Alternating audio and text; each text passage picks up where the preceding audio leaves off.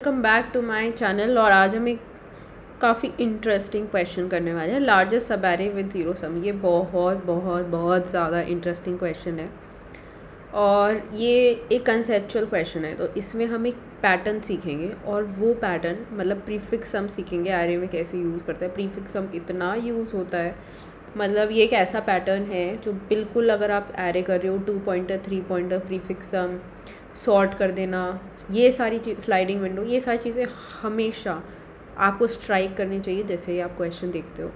तो वैसे ही प्रीफिक्स सम काफ़ी इंपॉर्टेंट कॉन्सेप्ट है, वो हम इसमें सीखेंगे। और इसमें प्रीफिक्स कॉन्सेप्ट भी कुछ थोड़ा सा मॉडिफाई करके यूज़ किया हुआ है तो प्रीफिक्स सम, बट काफ़ी इंटरेस्टिंग है ये।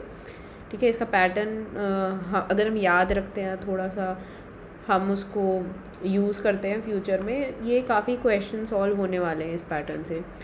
तो मोस्ट ऑफ द क्वेश्चंस में क्या होता है कि जो हार्ड या मीडियम टू हार्ड होते हैं उनमें जो ट्रिक होती है ना, जैसे कॉम्बिनेट्रिक्स या जो हमने n/2 वाला देखा था, मूरेस वोटिंग एल्गोरिथम, मतलब वो ट्रिक्स, वो एल्गोरिथम्स सिर्फ उन्हीं क्वेश्चंस, उसी क्वेश्चन या उसका 1-2 टाइप के क्वेश्चंस में काम आएगा।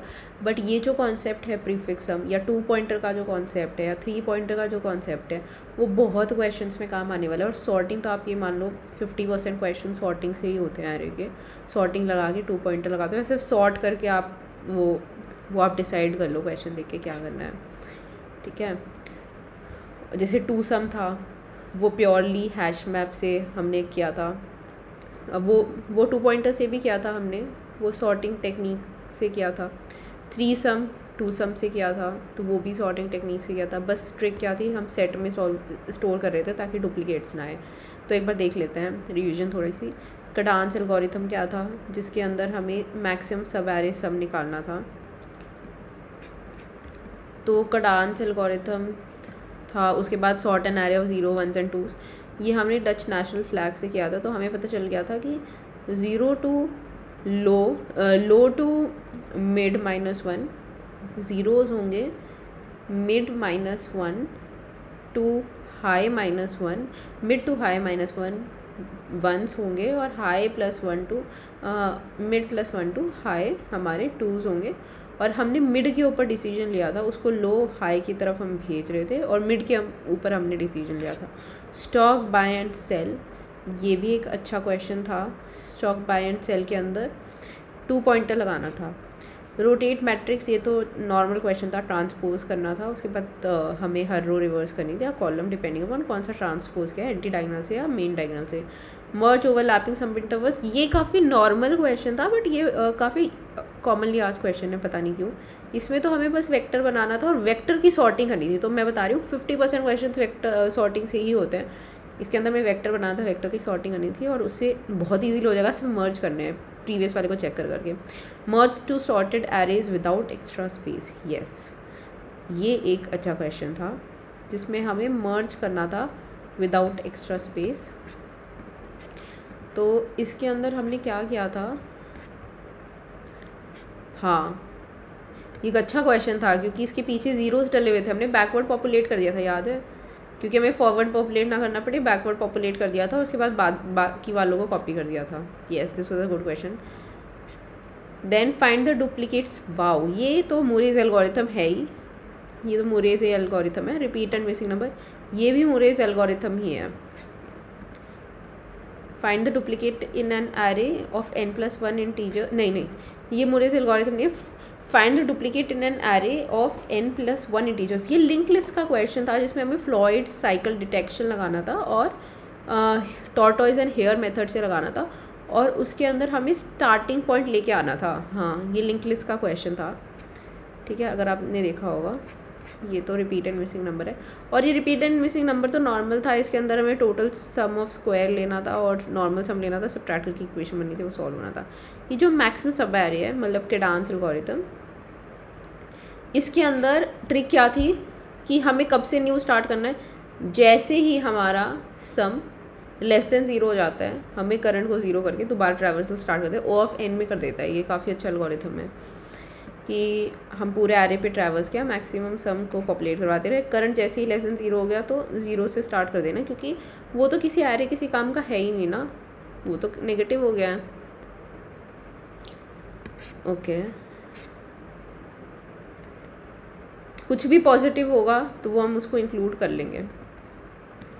उसके बाद रिपीटेड मिसिंग नंबर तो वो था total square, sum square and square से इक्वेशन बनाने वाली। Inversion of array, this was good. Inversion of array में मर्जिंग के टाइम पे हमें काउंट इंक्रीमेंट करना था, याद हो तो। This was a hard question. Search in a 2D matrix, this was quite easy. Binary search हमें अप्लाई करना था। बस ये है कि हम एरे 2D एरे में कैसे बाइनरी सर्च अप्लाई करेंगे, उसके लिए रो और कॉलम की वैल्यू हमें कैसे निकालनी होगी, r/n और r modulo n। Power of x/n ये बाइनरी सर्च को यूज़ करता है। x/1 मतलब n/2 के 2 निकाल के और हमें उसको मल्टीप्लाई करना था। रिकर्सिव सॉल्यूशन होता है इसका, लेकिन मेजॉरिटी एलिमेंट n/2 n/3 ये सबको पता है, ये मूरेज वोटिंग एल्गोरिथम में। Grid unique paths, this was a DP question, this was a backtracking with memorization या DP problem. This was also combinatorics problem. m+n-1 total ways थे, m-1 या n-1 कोई भी आप c सेलेक्ट कर सकते हो। तो m+n-1 c m-1 ये आंसर है। ये तो O(1) वाला आंसर है, बट हाँ अगर आपको डीपी लगानी है तो O(n)² में हो जाएगा। Reverse pair, this was a very good question. इसके अंदर हमें उल्टा एल्गोरिथम लगाना था, जो हमने काउंट इन्वर्जन लगाना था उससे उल्टा लगाना था, और इस बार मर्जिंग से पहले हमें रिवर्स पेयर्स का काउंट फाइंड आउट करना था। 2 सम 3 सम, ठीक है, ये सब वही है, 2 पॉइंटर है। 2 सम को यूज़ करेंगे 3 सम में, 3 सम को यूज़ करेंगे 4 सम में, 4 को 5 में, ये सब k सम में, k-1 सम को यूज़ कर लेंगे। लॉन्गेस्ट कंसिक्यूटिव सीक्वेंस, इसमें हमने क्या किया था, ये भी एक अच्छा क्वेश्चन था। हर सीक्वेंस के स्टार्ट पे ही हमने कैलकुलेट किया था, बस इससे बहुत सारा O(n) में हो गया था, ये हमने सेट रख लिया था, स्टार्ट पे था। बहुत अच्छा क्वेश्चन था, बहुत अच्छा। लार्जेस्ट सब एरे विथ k सम, ये हम अब करने वाले हैं, ठीक है, ये भी एक अच्छा क्वेश्चन है। तो एक बार एक्सप्लेन कर देती हूँ। 15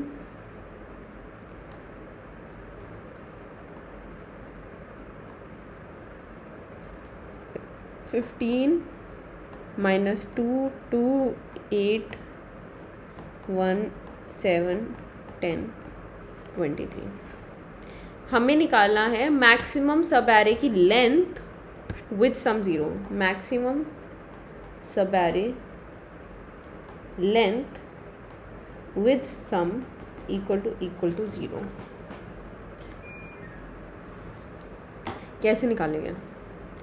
प्रीफिक्स सम को यूज़ करके। प्रीफिक्स सम तो आप लोगों को पता होगा, ये और इससे पहले का कितना, ये और इससे पहले का सम कितना, ये और इससे पहले का सम कितना, ये और इससे पहले का कितना, ये और इससे पहले का कितना, ये इससे पहले का, इससे पहले का, इससे पहले का। तो कैसे निकालेंगे? एक O(n) में निकल जाएगा सबका प्रीफिक्स सम। ये लो, पिछले सम में इसको ऐड करते जाओ, ऐड करते जाओ, ऐड करते जाओ, ऐड करते जाओ, ऐड करते जाओ, ऐड करते जाओ, O(n) में सबका प्रीफिक्स सम आ जाएगा। ये सारे प्रीफिक्स सम को एक हैश मैप में स्टोर करना है। अनऑर्डर्ड मैप में भी आप स्टोर कर सकते हो।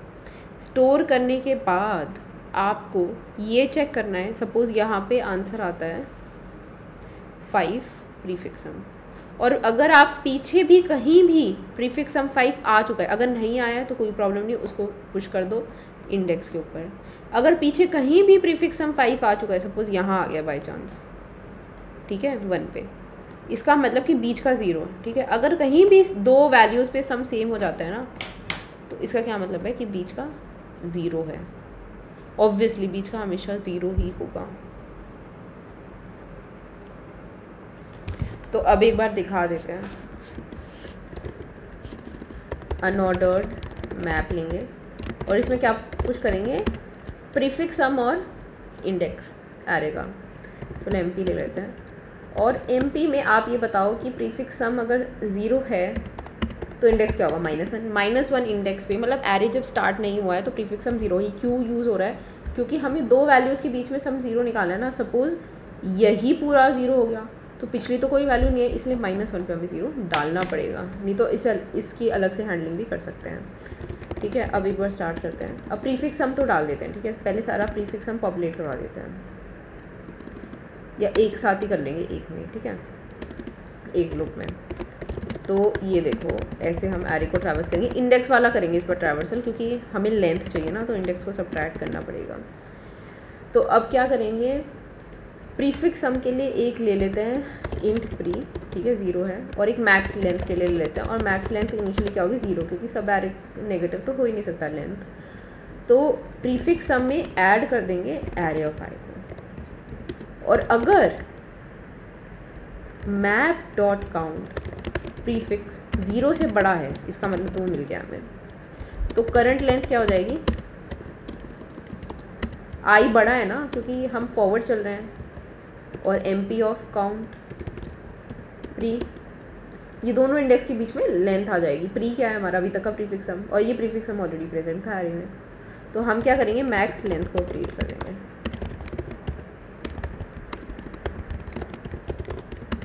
करंट से, बट इन केस ये वाला केस नहीं होता है जिसमें प्रीफिक्स सम ऑलरेडी प्रेजेंट था, हम क्या करेंगे सिर्फ और सिर्फ एक काम करना है, इंसर्शन करना है, रिटर्न क्या करना है मैक्स लेंथ फिर रिटर्न करना है ना। I hope this video the solution is quite clear and this is a very interesting आपने प्रीफिक्स सम लिया, प्रीफिक्स सम को भी मोड़ तरोड़ के आपने मैप में डाला, और लॉजिक क्या था कि कोई भी दो प्रीफिक्स सम सेम हो जाता है ना, और बीच के सब एरे का हमेशा सम 0 ही होगा, और लेंथ कैसे कैलकुलेट करेंगे, दोनों के इंडेक्स को सब्ट्रैक्ट कर दो। बहुत ही अच्छा क्वेश्चन था। चलो ठीक है गाइस, थैंक यू, बाय।